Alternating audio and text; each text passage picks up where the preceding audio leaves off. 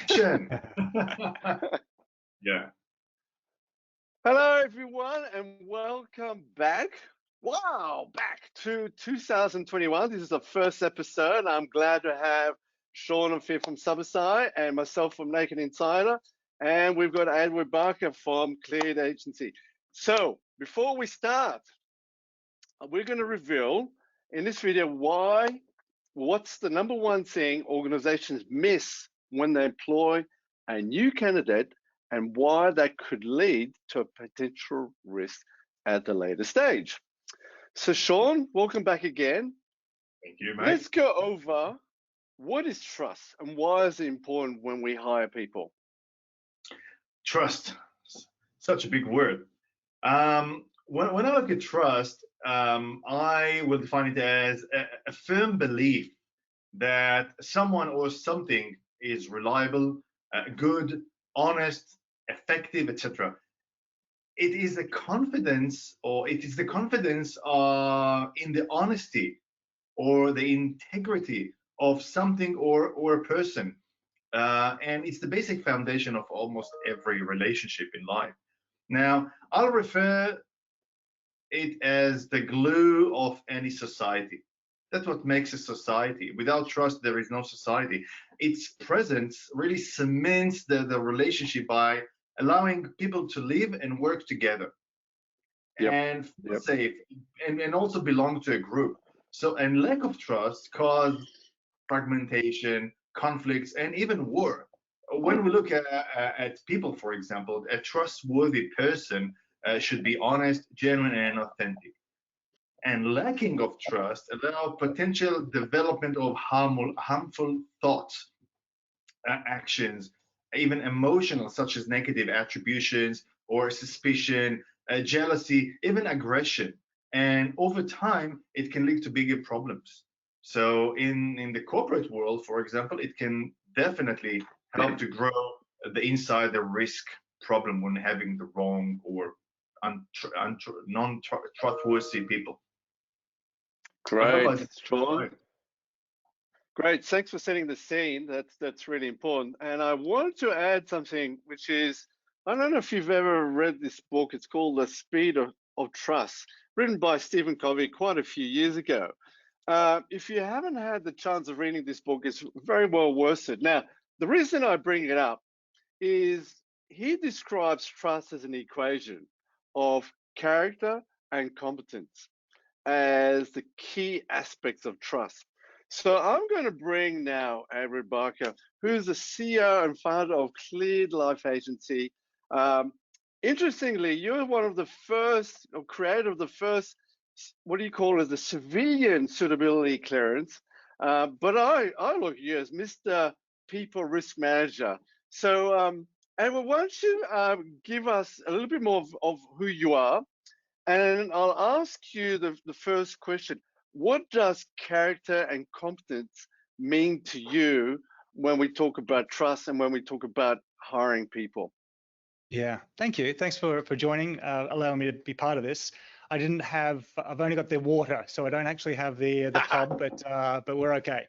Hey, listen, yeah, so our background is in national security clearances, and so we've been doing that for 11 years now for the Commonwealth Government.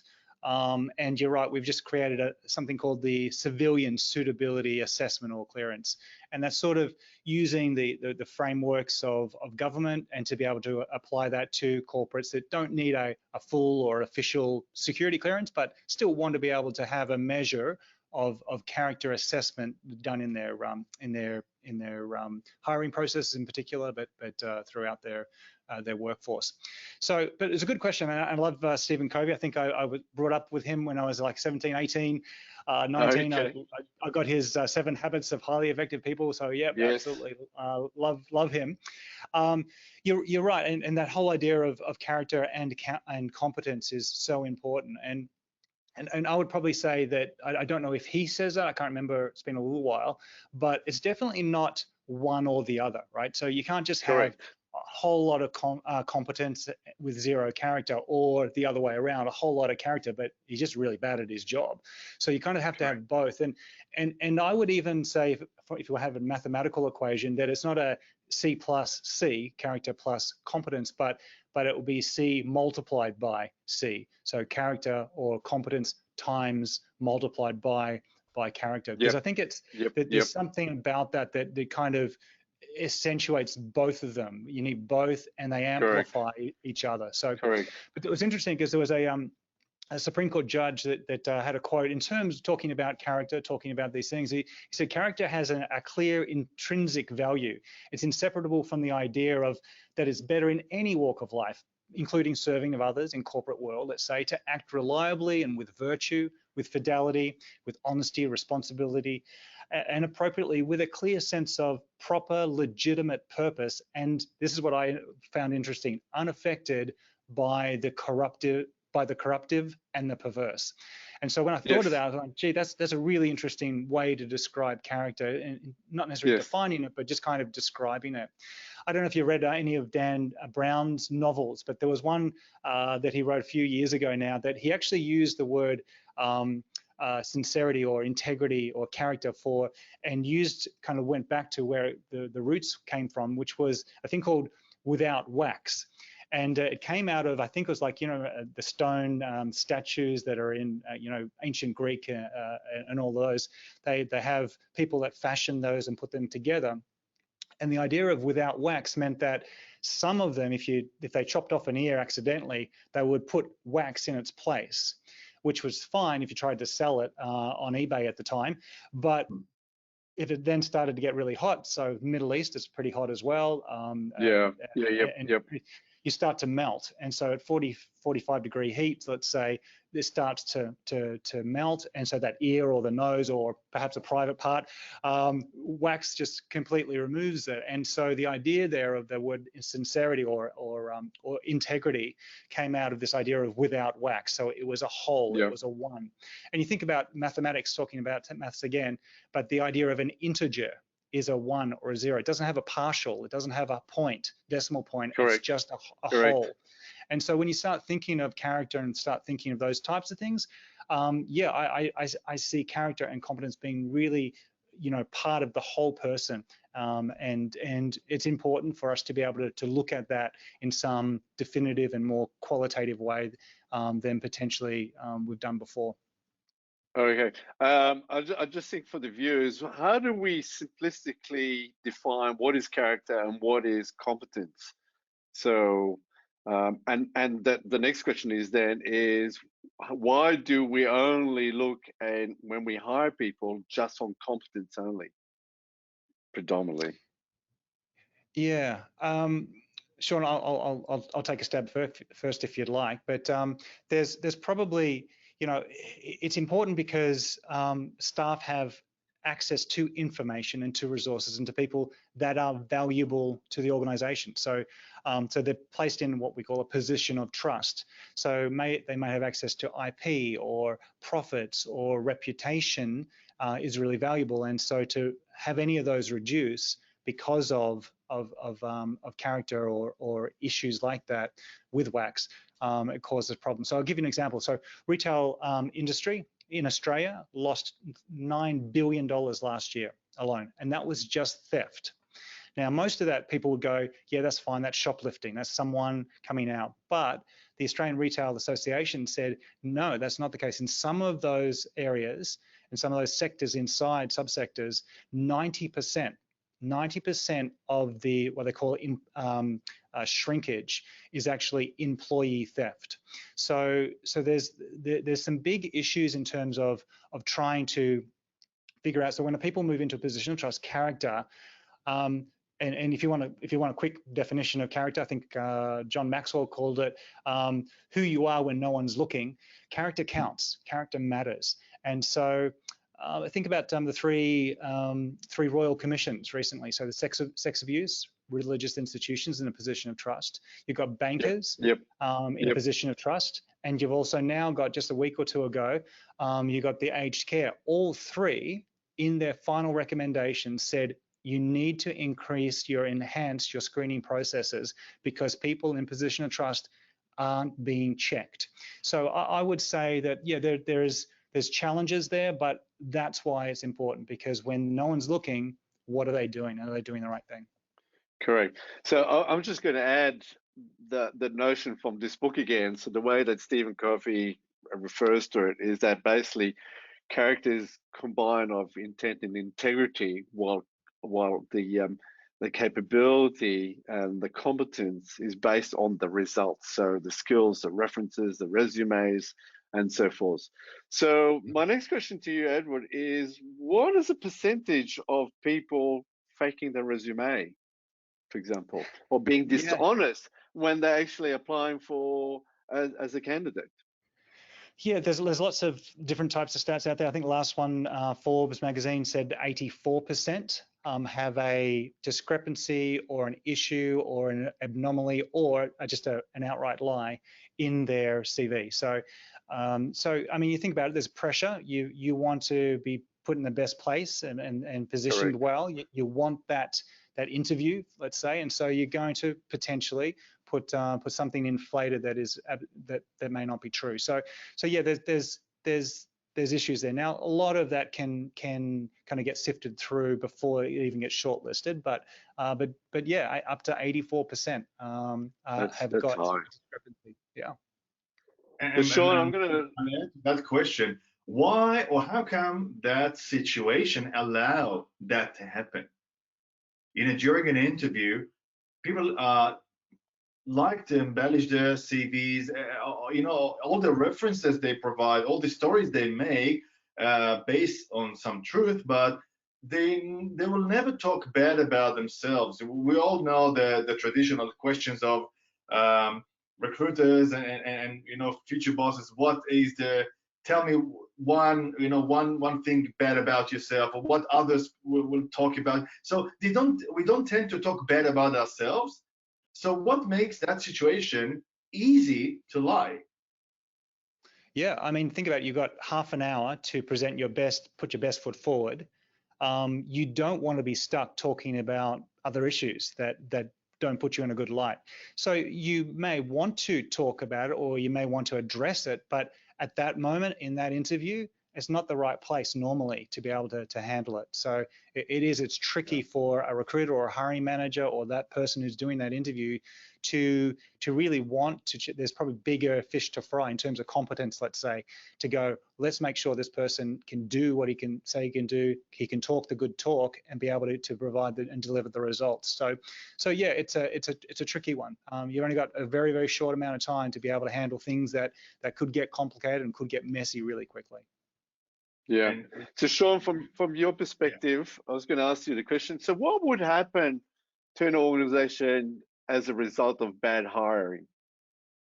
Look, I think, first of all, if we look at character, I think, or personality, it's a scientific proven of prediction of performance and assessing the candidate's behavioral tendencies in a work environment. And it's allow us to understand their individual future contribution to the organization, as well as the impact on the business culture. And bad hire, I guess it results in loss of productivity, general business risks, bad impact on the population or the culture, and that's a problem if you don't pick the right employee. And if you look at daily life or every day, we look at the dating scene, right? We go and interview future partners. We tend to look at their character when we look at future mates or future partners. At work, from some reason, and by the way, when we look to go to first or second date, we always assess the character. Maybe it's of course there is some chemistry there, etc. But the main factor is character, whether it's a good fit for us as a partner. When we look at the corporate world, from some reason, and correct me if I'm wrong, Edward, more assess the skills and the competence, because they look at how fast this candidate can be productive and can produce money. And less, sometimes they compromise on the character. First of all, because they don't have the right tools to assess it, and second, maybe, I don't know, maybe they're afraid to find things that will push away good performer, but they don't look at the impact on the culture. So we can have very good programmers, very good CFOs or CEOs, but they act or they behave very bad to the employees, and it results in a very non-healthy corporate culture. Yeah, I mean, right now, I don't know if you have to see anything in the news, but the whole misconduct in the workplace and the sexual issues that are going on right now, there are significant claims and issues that are going on in the workplace. So yeah, it's devastating. The cost of it is devastating. Royal commissions because of incredibly bad decisions by people in position of trust. So you're right, but it's a challenge, and we're happy to talk about the challenges of trying to recruit in a way that kind of elevates that one key component, which is that character. So happy to chat about that. Yeah. So Edward, what are the challenges when hiring or assessing someone's character? Yeah. So, I mean, as a hiring manager, and I include myself in that, in our hiring toolbox, if you'd like, our normal go-to character tool is what we reach for is normally our experience in interviewing people. So maybe we think that we're good at, understanding their body language, to what they've said, what they didn't say, how they said it, all those types of things. And the second tool is our gut, is our intuition, is our instinct. Like we just go, yeah, I've got a good feeling about this guy. I'm sure he doesn't have anything too risky in his background.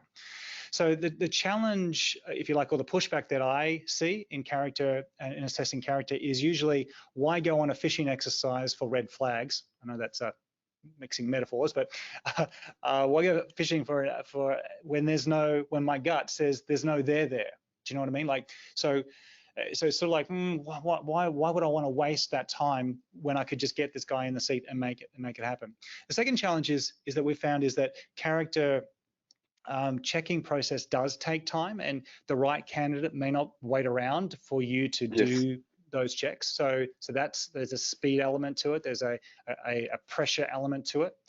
The other challenge is that legally, you can't ask a lot of the questions about a person's background for fear of discrimination. So you can't ask about certain things, and otherwise you start to fall into that place. And so there are limits. The fourth challenge we hear a lot about is which specific checks should we do? Like does this one need a bankruptcy check or a police check? What happens if they're international? Do we go for an international police check? Social media check, what does that look like?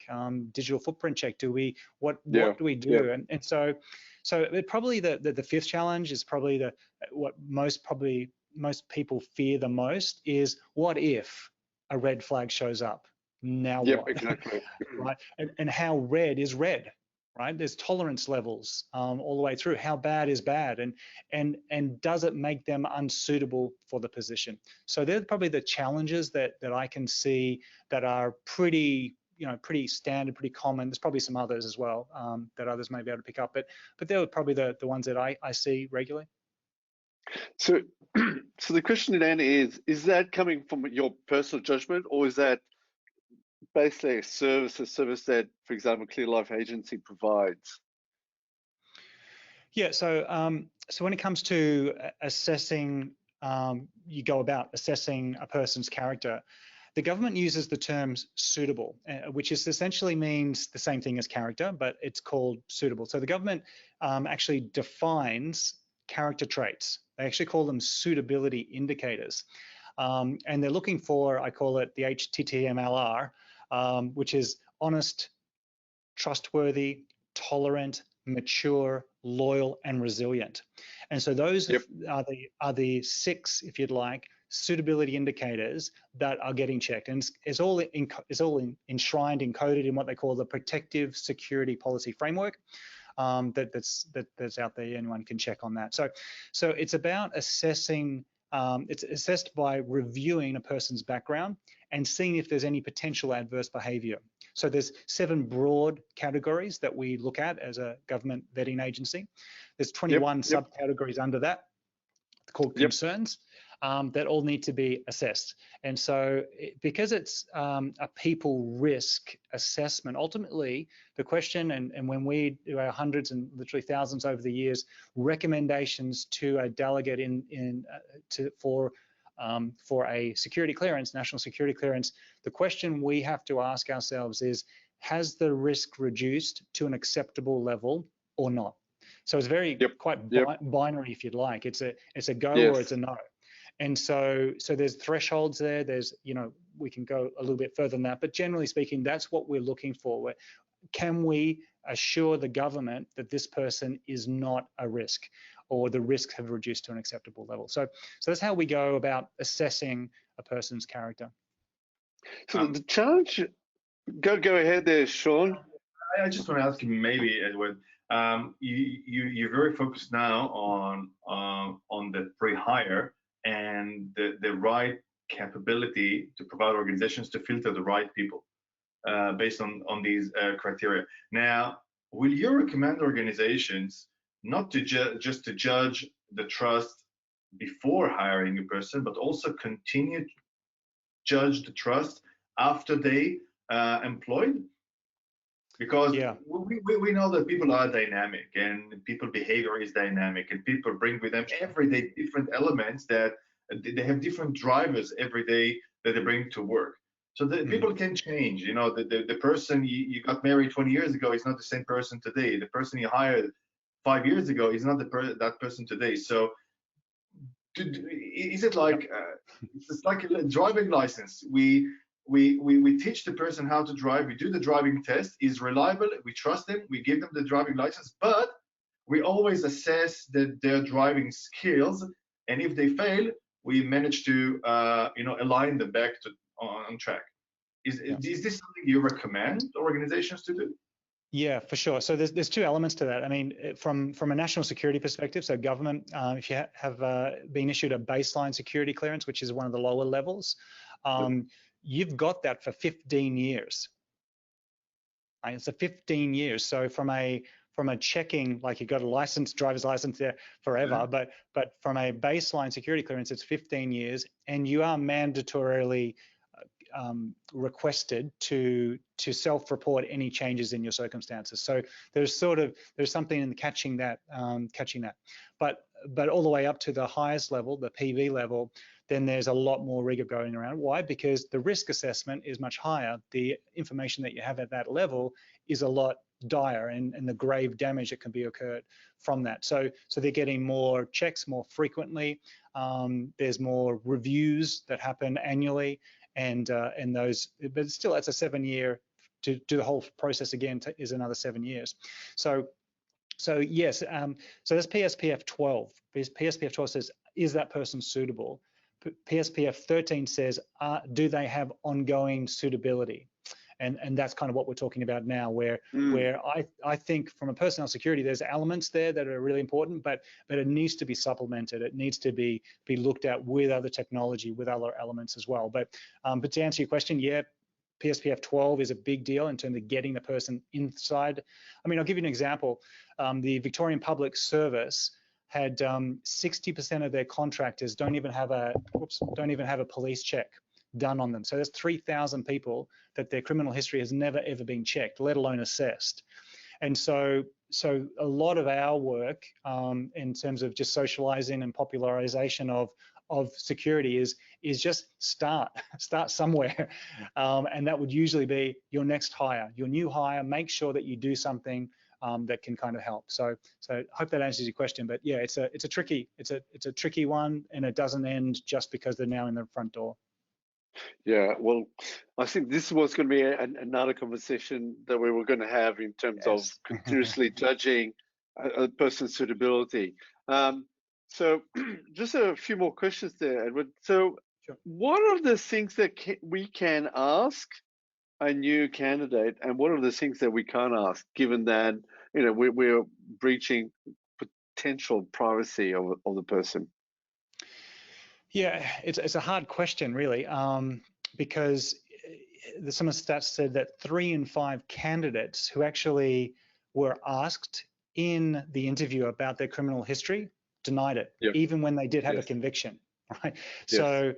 So now in the US, they have a thing, if you typed in ban the box, that's exactly what they're talking about. In their application form, they had a box that said, have you had a conviction?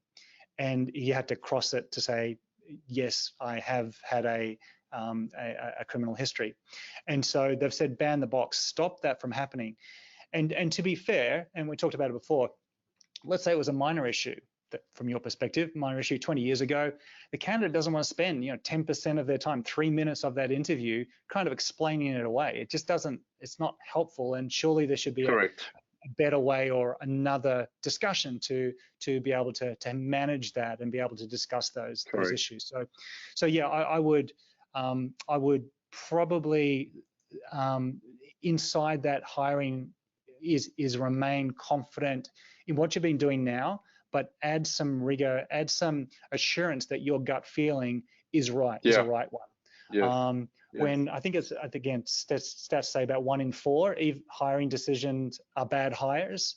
I've hired badly, even though they've had a security clearance.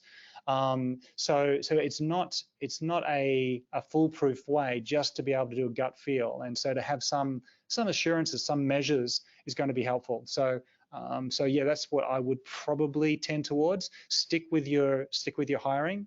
Everything is the same except for add some other elements to it where you can provide that suitability layer overlay. So what are the ways that organizations can increase their quantity, but I'd focus more also on the quality of hiring candidates? Yeah.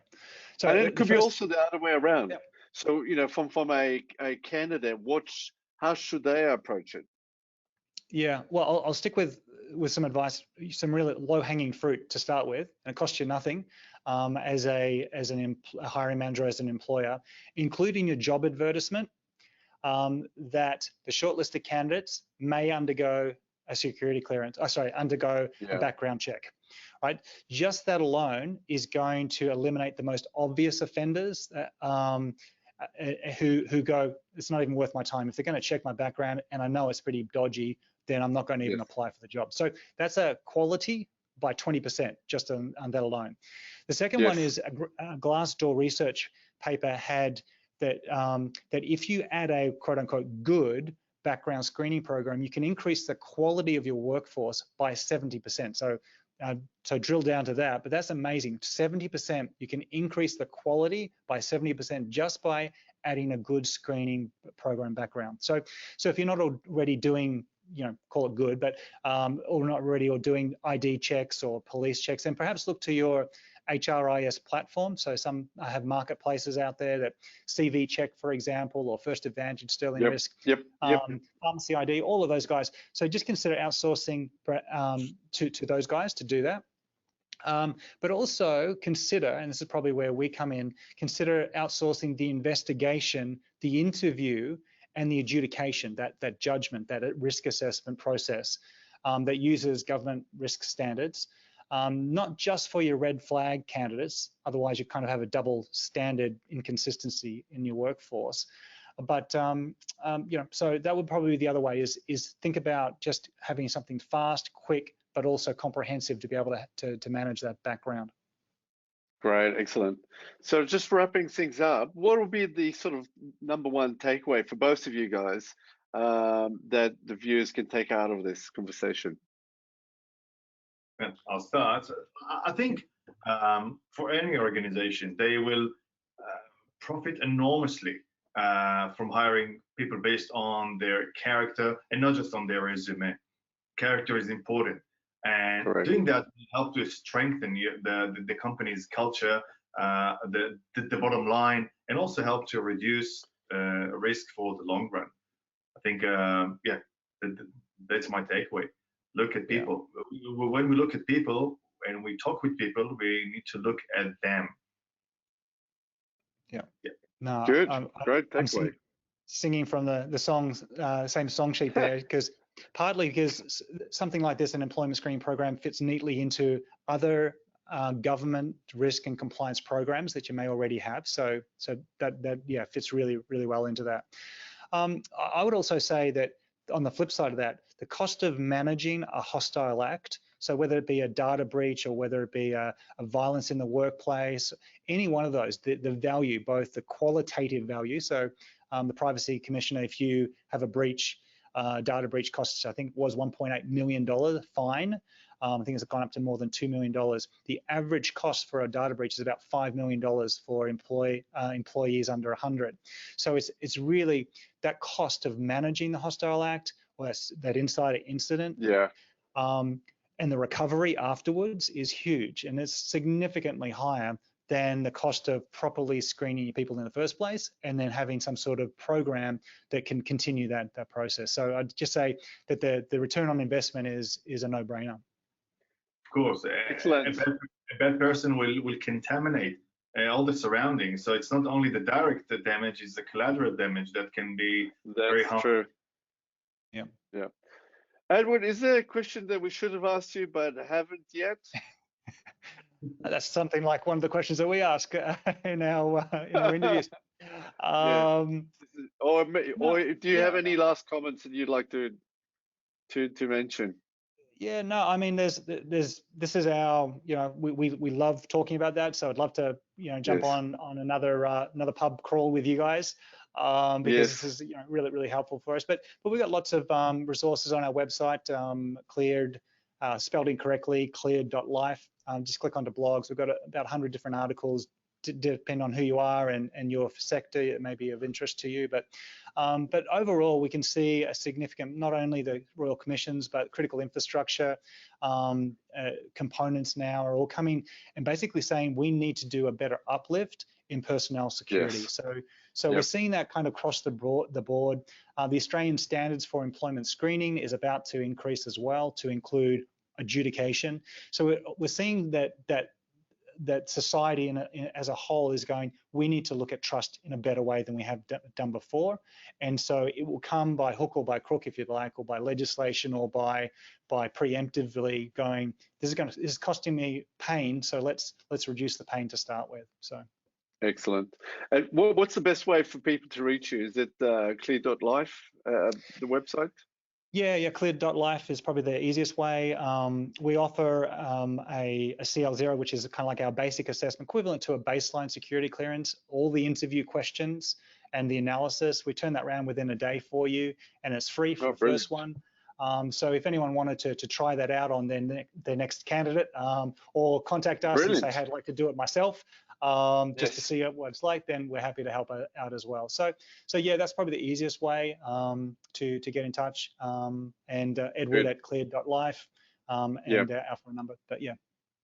We're going to have the information down below the video. Sean, any last comments from you? Yeah, thank you for a great and insightful session. This session will be recorded. Please don't forget to subscribe, to follow us, and use any comment to ask us questions. We will publish that video on the SABASAI website. We also promote it on the LinkedIn, so you will be able to get it and see it everywhere. And thank you. And so the next conversation, whether we do it in a fortnight's time, but we're definitely going to have another discussion with you, Edward, about that sort of ongoing suitability. Sean called it the sort of the life cycle of the employee. So that will be a great discussion. So that's for me, and that's for the virtual pub. And well, I mean, the virtual pub is somewhat confusing, but it's with the whole idea was basically, we're stuck at COVID. Let's get it together. Let's chat over a glass of beer or something like that, but we might call it something else in due time. Yeah, more suitable to everyone. Thank you, everybody. Thanks for the invite. Yes. Thank you, Edward. Thank you, Sean. And Thank you. thank you for those who actually watched, and much appreciate, and see you next time.